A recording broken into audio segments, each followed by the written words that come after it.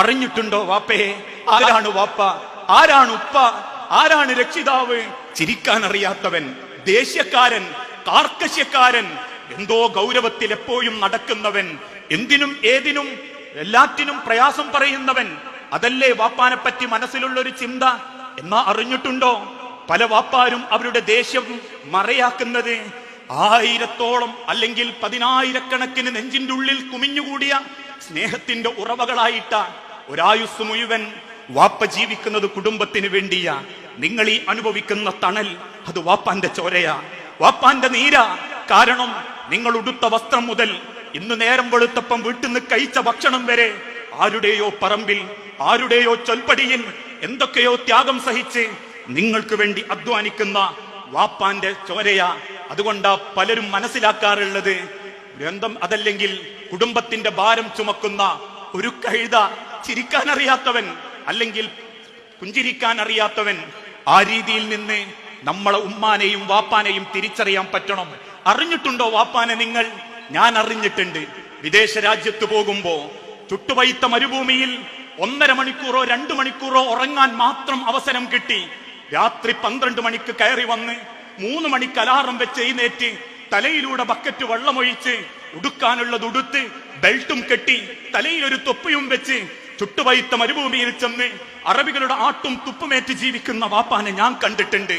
പകലന്തിയോളം തെരുവോരങ്ങളിൽ കച്ചവടം നടത്തി വിറ്റുപോയ സാധനം തിരിച്ചു വന്നപ്പോ തലേന്ന് വിറ്റതിന്റെ പണം ഉപയോഗിച്ച് മക്കൾക്ക് സ്കൂൾ ഫീസും ബസ് ഫീസും കൊടുത്ത് പിറ്റേന്ന് തിരിച്ചു വന്ന സാധനത്തിന് എന്ത് തിരിച്ചു കൊടുക്കുമെന്ന് തിരിച്ചറിയാതെ നിസ്സഹായതയിൽ നെഞ്ചുപൊടിയുന്ന കണ്ണു നിറയുന്ന വാപ്പാരെ ഞാൻ കണ്ടിട്ടുണ്ട്.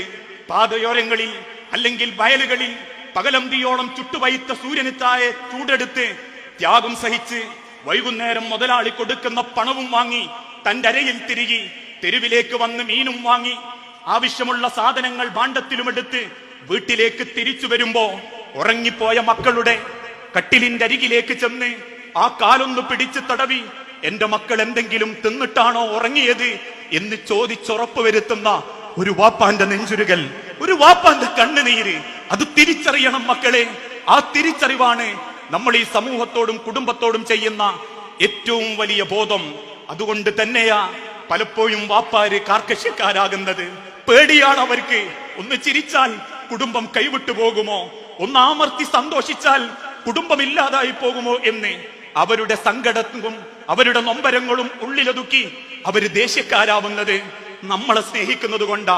കാരണം വാപ്പ കൊണ്ട് വെയിലാ നമ്മളെ തണല്, വാപ്പാന്റെ ചോരയാ നമ്മളെ തണല്, വാപ്പാന്റെ നീരാ നമ്മളെ ഭക്ഷണം.